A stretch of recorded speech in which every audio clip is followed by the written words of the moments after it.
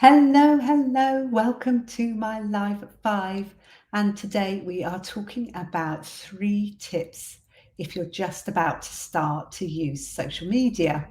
So, if you're a therapist in private practice and you are looking to use social media for getting clients, this is a broadcast for you. I'm going to keep it very, very simple. Now, what I'm going to do is give you 3 different things, and hopefully that will help you get going. But also, you might find it useful if you've got going, but you're not really sure what direction to take. So, the first thing, what I've put down as number one, is actually just start because it is so easy to wait and wait and wait and prepare and prepare and prepare and never actually take the step of actually publishing something. And that's often because we're a little bit scared of what people are going to think. But we can hope that we will be perfectionist. But what happens is because we're not practicing, we don't have a chance to improve. Because often with social media, actually, you've just got to get going.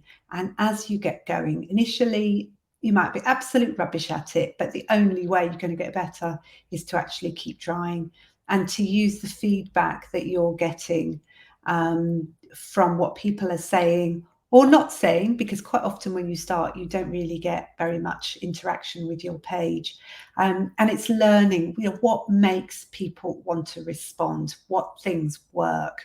And initially, when you start, it might be a really good idea to tell your family and friends that you are actually starting a social media page, because initially, to get noticed, you may need to get them to comment, to like, and to share your posts, especially if you're on Facebook.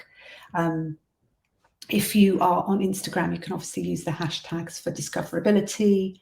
And also, Facebook are really prioritizing reels.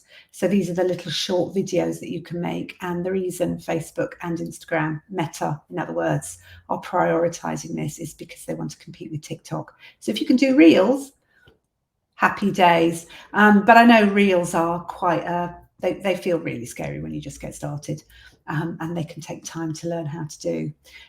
But I go back to my original point. The most important thing is to get started, because if you get started, you can experiment, you can learn, you can try different things out. So don't wait until you think you know how to do it. Do it and learn on the job. Because after all, you can delete your posts. You can just take them all off if you want. You can close the page down. Granted, once you've published something on the internet, it may never completely disappear. But for the vast majority of users, they'll land on your page, they'll look at what you're currently doing. So the stuff that you do at the start that isn't very good, I've done it, I've just deleted it, or I've unpublished pages, just taken them off. So that makes life a whole lot easier. Don't be too hard on yourself. You're learning. So that's my first point. Just get started. I love it because I can see there's some people joining me now. So do say hi in the comments and let me know whether or not you're on social media at the moment. So the second thing to say is that it's very easy to think that you shouldn't get started because you don't know enough. Or even once you've started to think, well, what am I going to say? Because I don't know anything. And what it's really important to remember is actually you know a lot more about people's mental health, about what makes people tick, about trauma than you give yourself credit for, and you know far more than most people who will be looking at your page. And here's Deborah, and I really like Deborah's attitude because she said, I'm basically making it up, and so am I. And in fact, I made up this talk about 5 minutes ago. So there you go. You can come on and you can do things like live feeds without a huge amount of forward preparation. As you may be able to tell from the quality of this live feed. I'm joking. But yeah, you know so much more than you think. And what you don't realise is that you have been on this journey for so long, you've done counselling training, you actually have quite a lot of knowledge. And you tend to think that you don't know really very much more than anyone else, but that's because you're mixing with other counsellors. If you were to sit down and talk about mental health with your friends, you probably sort of realise that you do actually know quite a lot. And so what I would say is try not to let the thought of I don't really know enough put you off. So here we go. Here's Wendy. I'm on Facebook and Instagram and trying to get my head around posting and linking the two and posting. Yeah, you do that in your Meta Business Suite. And you can post both of them. I've got both registered to my Meta Business Suite, and that means that I can cross post. So Wendy, do ask me more about that, or I'll do you a little Loom video just to show you, and I'll put that in Therapy Growth Group. And then someone, his Facebook user, unfortunately not everybody's name shows up on the feed. Do you record reels on your phone? That feels scary. Yes, you do. There's some really, it's really easy now to do. When I first started doing reels about a year ago, Instagram was really a bit tricky and TikTok was easier. I haven't been on TikTok recently, so I just can't be everywhere. I'm not focusing on TikTok at the moment. But, I've been doing, looked at Instagram, the reels function that you do via Instagram, and it's so much more straightforward than it was even a year ago. So it is getting easier to do it. And you can get little apps that will splice everything together. So I do little short bits and put them all together in a little app, and there's lots of things that you can do. Often I think with this it's about getting started, and what I would say, again following what I said in number 1, just start. The thing to do with reels is have a go.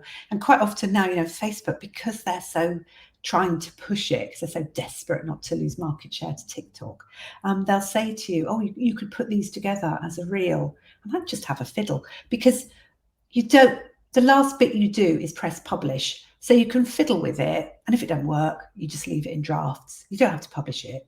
But it's surprising, actually, because a long time ago, I did this reel on what it was like to have children who were transgender, and I've never, ever published it. And now it's looking a bit long in the tooth, if I'm honest. But I sort of think, I wish I'd published it back then, because, several years later, I've come around to it, and I could have been on this journey several years ago. So, yeah, don't be too scared, because the only way you're going to learn is by trying. And what happens to a reel that isn't very good? Not many people see it. It's as simple as that, because it's only the good ones that go viral. I did get someone on TikTok once, because I was sort of trying to appeal to parents with transgender children, but I sort of did it wrong. And so I got a lot of trans kids who were following me. And one of them said, oh, it's so hilarious, it's so accidentally hilarious when your mum does something on TikTok. She doesn't really understand it, referring to me. I amused them. That's what I tell myself. So that's 2 things so far, which is 1, just get started, and 2, you know more than you think.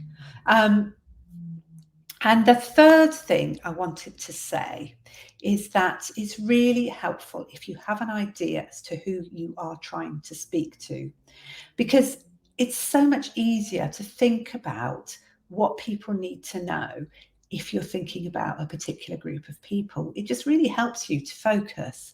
So this afternoon, I've just had a really lovely conversation with someone about her passion, which is helping people who have been traumatized as children not take that trauma into their parenting. And the moment we started talking about that, she started to get ideas about the sorts of blogs and posts she could write.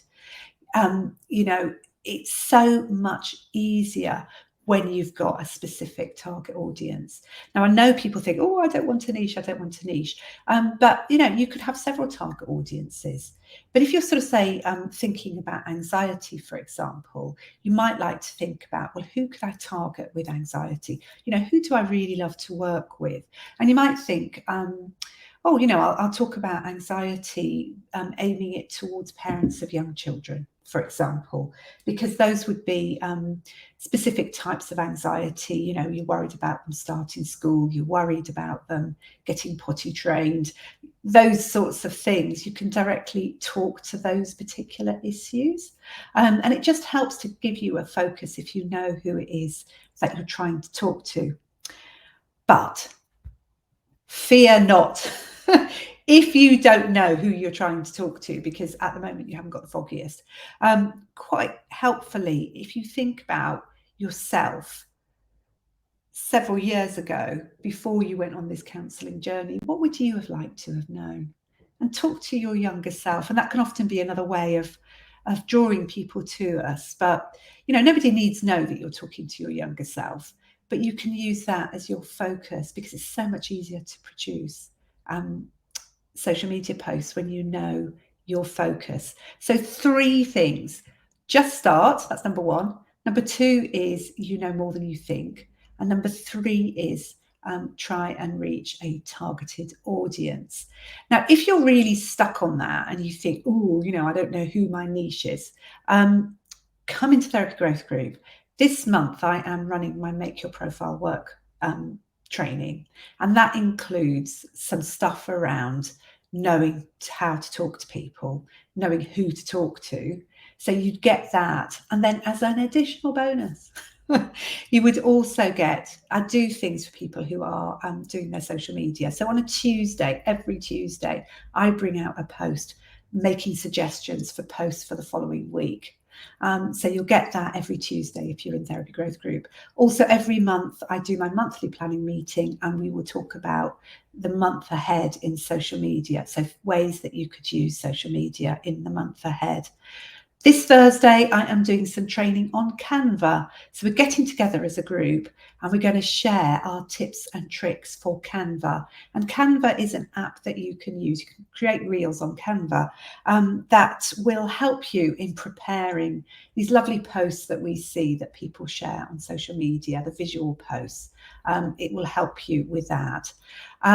So that's going to be in Therapy Growth Group. Obviously, it'll be recorded for people who can't come live. I've got loads of training all around the different social media platforms. I've got something on LinkedIn, on Instagram, on Facebook. I've done a whole lot of training around creating reels. There's generic training on using social media, on things like how to make sure that your posts go further and reach more people. So that's all in Therapy Growth Group. And if I get the banner out, you can see how to find out about it. Now, this is a different URL to the one I usually share about Therapy Growth Group, because, oh, that's not, it's completely the wrong ticker.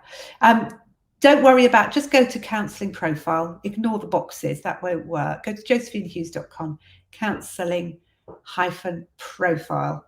I don't know where boxes came from, so let's get rid of that.